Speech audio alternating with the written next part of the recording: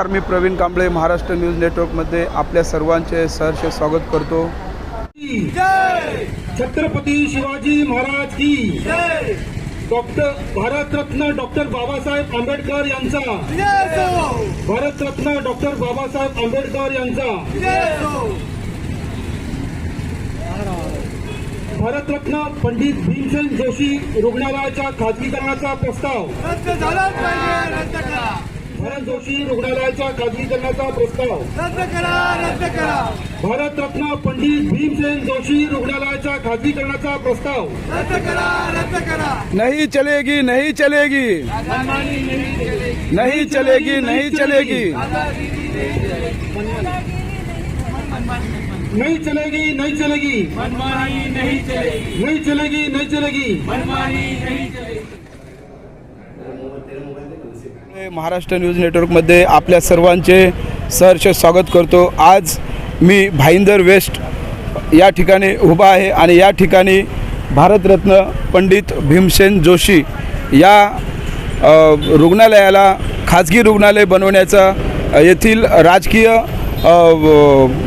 लोकांनी ठरवलेलं आहे आणि त्यामुळं येथील जनता जी आहे आंदोलनाच्या पावित्र्यात उतरली आहे।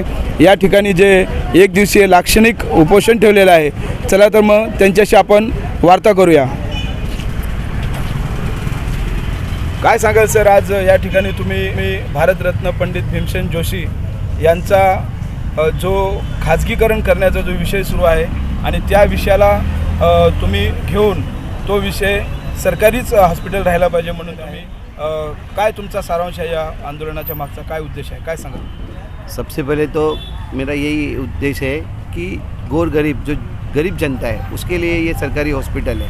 ये पहले महानगर पालिका का था, फिर उसने महाराष्ट्र शासन के और आज महाराष्ट्र शासन के अंडर में ये चल रहा है। कोरोना काल में ये हॉस्पिटल में बहुत अच्छी सुविधा हुई। प्राइवेट हॉस्पिटल में लोगों ने लाखों रुपया ये किया देना पड़ा, लेकिन सरकारी हॉस्पिटल में फ्री ऑफ चार्ज में उनका इलाज हुआ। तो हम यहाँ की विधायिका गीता जैन, इन्होंने इसको खाजगीकरण करने का प्रस्ताव महाराष्ट्र गवर्नमेंट को भेजा है कि भाई इनको खाजगीकरण करो, इसमें ये सुविधा होगी। मेरा कहना ये है कि ये जो टेम्बा हॉस्पिटल है इसी को सक्षम बनाओ ना, इसमें ही उपयोजना लेके आओ ना। आप जैसे बॉम्बे में आप देख रहे हो जे हॉस्पिटल है, कैम्प हॉस्पिटल है, कस्तूरबा हॉस्पिटल है, नायर हॉस्पिटल है, कूपर हॉस्पिटल है, राज्य सरकार भी चला रही है, मुंबई महानगर पालिका भी चला रही है, वो भी सक्षम है ना। लेकिन यहाँ पे कैसा है कि खाजगीकरण करना है इनको, ये लोग मीरा भाईंदर बेचने को निकले हुए, तो इसका मेरा विरोध है और राजस्थान सेवा मंडल के माध्यम से हम इनका विरोध करने के लिए आज यहाँ बैठे। और क्या लगता है कि ये जो खाजगीकरण करने का जो इन्होंने जो सोचा है, इसके पीछे क्या मकसद हो सकता है उनका? इसके पीछे एक ही है कि जो ठेकेदार है और जो प्रतिनिधि है, जो एमएलए है, उनको ये भ्रष्टाचार की ओर लेके जा रहे हैं ठेकेदार। ये जब इसी हॉस्पिटल को आप चला सकते तो आपको प्राइवेट में लाने की ज़रूरत क्या है? आम जनता के ऊपर, गरीब के ऊपर तो बोझ डालने का काम कर रहे हैं। और प्राइवेट हॉस्पिटल आने के बाद में मनमानी कारोबार चलेगा। लेकिन आज जो हॉस्पिटल है वो 10 रुपये की केस पावती के ऊपर केस पेपर बनाते हैं और 10 रुपये में उसका इलाज हो जाता है। आप इसमें आज हम देखने जा रहे हैं वहाँ पे हॉस्पिटल में कि वहाँ पे डायलिसिस टेक्नीशियन नहीं है, स्त्री की डिलीवरी के लिए डॉक्टर नहीं है, अवेलेबल नहीं है। बहुत से ऐसे चीज़, ब्लड बैंक नहीं है टेम्बा हॉस्पिटल में, एक में ब्लड बैंक है वो इंदिरा गांधी हॉस्पिटल में। तो यहाँ पे बहुत सी सुविधा बाकी है। सफाई कामगारों को 3-3 महीने से वेतन नहीं मिला। इसके ऊपर शासन में आज भी सत्ता में है गीता जैन मैडम, प्रताप सरनाइक साहब, पहले भी जब महाविकास आघाड़ी की सरकार थी तभी भी सत्ता में थे। लेकिन इनको जो राज्य सरकार से जो अनुदान लाना चाहिए हॉस्पिटल के लिए, जो अनुदान लाना चाहिए, जो व्यवस्था हॉस्पिटल में योग्य है, जो मशीनरी लाना चाहिए, जो कमियाँ है उसको दूर करना चाहिए, वो ना करके ये प्राइवेट सेक्टर में क्यों लेके जा रहे हैं? इसमें इनका क्या फ़ायदा है?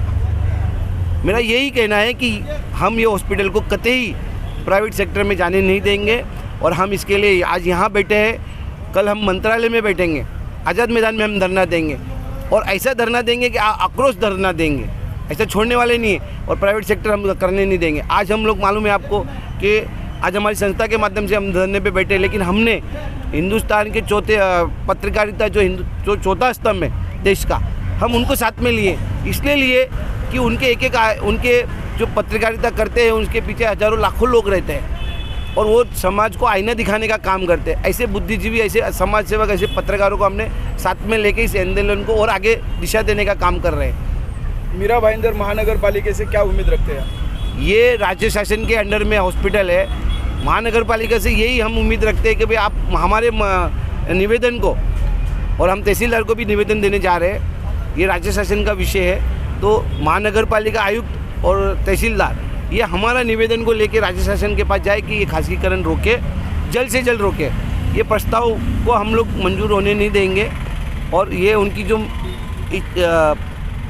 ये खासगीकरण का जो उनका ये है, इच्छा है, मन शक्ति है उनकी कि करना है, जिससे उनका मुझे ऐसा लगता है कि शहर में चर्चा है, मैं अपने मन से नहीं बोल रहा हूँ, शहर में चर्चा ये है कि खासगीकरण उनके खुद के जाति फायदे के लिए हो रहा है, उनके खुद के अपने लोग हैं जिनको देना चाह रहे हैं, लेकिन हम वो विषय में ना जाके हम पब्लिक के हित में काम करना चाह रहे हैं, पब्लिक को न्याय दिलाने का काम करें, गरीब जनता के साथ हम खड़े हैं। और क्या कहेंगे, आज इस जगह पे आप आंदोलन के लिए बैठे हैं, एक दिन का जो लाक्षणिक आंदोलन यहाँ पर आपने रखा है, और इसमें पत्रकार जो है वो भी यहाँ पर आए हुए हैं, और क्या कहेंगे, ये विषय को न्याय किस तरह से मिलना चाहिए, कैसा लगता है आपको? मेरा मानना ये है कि जनता जब जनप्रतिनिधि चुन के देती है तो जनप्रतिनिधि का ये दायित्व रहता है कि जनता के हित के लिए कार्य करे। जनप्रतिनिधि जब बीमार होता है तो प्राइवेट अस्पताल में जाता है, परंतु जब एक गरीब व्यक्ति या सामान्य नागरिक जब बीमार होता है तो वो प्रशासन के जो अस्पताल रहते हैं वहाँ पर इलाज कराता है। और जब ऐसी परिस्थिति में यदि अस्पताल प्राइवेटीकरण हो जाएगा तो जनता का फिर कहाँ जाना होगा, जनता इलाज कहाँ कराएगी? वही हाल हो जाएगा कि वापस शताब्दी बोरीवली जाओ, आप KM जाओ, नायर जाओ। तो मुझे ये लगता है कि शासन को, केंद्र शासन और राज्य शासन को इस विषय में गंभीर रूप से विचार करना चाहिए, और यदि इस प्रकार का कोई प्रस्ताव आया है तो महाराष्ट्र के सम्मानीय मुख्यमंत्री एकनाथ शिंदे जी को इस प्रस्ताव को रद्द कर देना चाहिए, ये हमारी प्रमुख मांग है। अब मीरा भाईंदर शहर में रोज़ के रोज़ प्रतिदिन भूमि पूजन होते रहते हैं, और इतना बड़ा विषय जो है उसके ऊपर कहीं ना कहीं दुर्लक्ष किया जा रहा है, क्या कहेंगे? ये आपके बराबर सही प्रश्न पूछा है। इसी प्रश्न के ऊपर लोग भी सवाल उठा रहे हैं कि जब इतना जनप्रतिनिधि फंड ला रहे हैं, निधि ला रहे हैं, निधि प्रस्ताव पास करा रहे हैं, तो अस्पताल के लिए निधि क्यों नहीं आ रही? जो निधि अस्पताल के लिए उपलब्ध होनी चाहिए, राज्य शासन से भी होनी चाहिए, केंद्र शासन से भी होनी चाहिए, तो वो निधि क्यों नहीं उपलब्ध हो रही है? और इस कारण मुझे ये लगता है कि आने वाले चुनावों में जनता अपना आक्रोश कहीं ना कहीं व्यक्त करेगी। मीरा भाईंदर शहर में आज आपने ये जो लाक्षणिक आंदोलन यहाँ पर रखा है, आगे की भूमिका क्या रहेगी अगर ये विषय अगर तुम्हारा कंप्लीट नहीं किया गया तो? ये जनहित का मुद्दा है। जहाँ तक बात जनहित की है, यदि राज्य शासन इस प्रस्ताव को रद्द कर देती है तो बहुत ही आनंद की बात है, अभिनंदन की बात है। यदि यह रद्द नहीं होता है प्रस्ताव तो निश्चित तौर पर हम लोग इसका आज़ाद मैदान में भी विरोध करेंगे, आगे हुआ तो हम मोर्चा भी निकालेंगे, और जहाँ तक है शहर को जितने भी नागरिक हैं उन्हें जागरूक करने का हम प्रयास करेंगे। मीरा भाईंदर शहर में जो है इतने सारे संगठन है, संस्था है, मंडल है, सब कुछ है यहाँ पर, जो कार्यकर्ते, बड़े बड़े कार्यकर्ता, नामांकित कार्यकर्ता यहाँ पे मीरा भाईंदर शहर में है, लेकिन ये विषय लेके जो लोग घर पे बैठे हुए हैं उनको क्या संदेश देना चाहेंगे आज? जी, आपने बात सही कही है, परंतु आज के दौर में सोशल मीडिया बहुत बड़ा एक माध्यम है, और सोशल मीडिया के माध्यम से हर एक के मोबाइल में और हर एक के पास में ये संदेश पहुंच चुका है, और निश्चित तौर पर राज्य शासन इस प्रस्ताव को रद्द करेगी, ऐसी मुझे अपेक्षा है। सर, मराठीमध्ये बोला की मीरा भाईंदर शहरामध्ये एवढे सारे कार्यकर्ते आहेत, संस्था आहेत, मंडळ आहेत, सर्व काय आहे, परंतु ह्या विषयाला घेऊन आतापर्यंत लोक जास्त रस्त्यावरती उतरलेले नाहीत, त्यांना तुम्ही काय संदेश देऊ इच्छिता? मी एवढा संदेश देणार की हा पब्लिकच्या हिताचा मुद्दा आहे आणि याला खाजगीकरणाला रोकायला पाहिजे कुठेतरी, नाहीतर हे आमचं नाही, तुमच्या पण हा विषय आहे। तुमच्या फॅमिलीमध्ये कोण बिमार झाला ना तर तुम्हाला पण पैसे मोठे प्रमाणात पैसे भरावे लागणार, आणि तुम्हाला आहे ना प्रायव्हेट लोक कसं मनमानी करताना त्याच्यासमोर जायला लागेल तुम्हाला।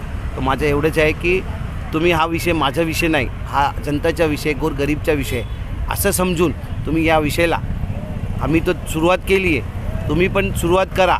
एक एक बूंद भर के समुंदर भरता है, तो मेरा यही कहना है कि क्या मैं तो अकेला ही चला था जानिब मंजिल, मगर लोग जुड़ते गए और कारवा बनता गया। मैंने शुरुआत कर दी है, मैं तो चला हूँ और आगे इस विषय को लेके जाऊँगा। आप भी इस विषय को आगे बढ़ाइए, हम तन मन धन से आपके साथ में रहेंगे। जनता को क्या अपील करेंगे? जनता को यही अपील करूँगा कि आप जागरूक रहिए और जिन लोगों को आपने चुन के दिया वो आपके ऊपर गलत लोगों को थोप रहे, प्राइवेट ठेकेदारों को ला रहे। कोई देश बेच रहा है, कोई महाराष्ट्र बेचने निकला है और ये मीरा भाईंदर बेच रहे हैं। तो ये कहीं ना कहीं इसको रोकना चाहिए। मैं किसी पॉलिटिकल पार्टी का नाम नहीं लेता हूँ, ना मेरे को पॉलिटिकल विरोध है। मेरा सिस्टम के खिलाफ विरोध है कि ये जो चीज़ है ये ठीक नहीं है, ये गरीब के हित में नहीं है।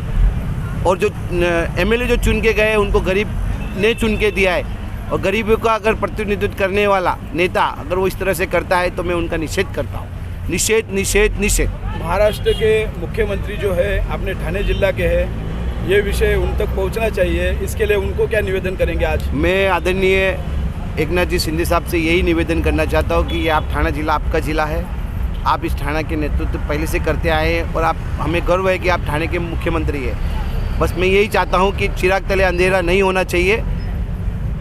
आपकी दूर अंदेशा मतलब दूर से आप देखने वाले इंसान हैं, अंधेरे में आप चमकता हुआ सितारा है।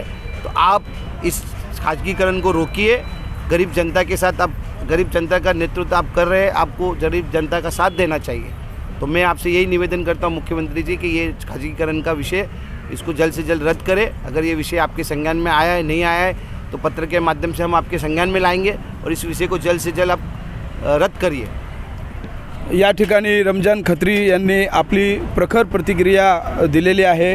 महाराष्ट्राचे मुख्यमंत्री एकनाथजी शिंदे यांना विनंती केलेली आहे की मीरा भाईंदर शहर हे तुमचं शहर आहे, ठाणे जिल्ह्यात येणारं हे शहर आहे आणि या शहराला तुम्ही स्वतः न्याय दिला पाहिजे असं या ठिकाणाहून महाराष्ट्राचे मुख्यमंत्री एकनाथजी शिंदे यांना निवेदन करण्यात आलेलं आहे की खाजगीकरण थांबवा। या इथून पुढे या विषयाला कसा न्याय मिळतो हेच पाहणे योग्य ठरेल। नमस्कार।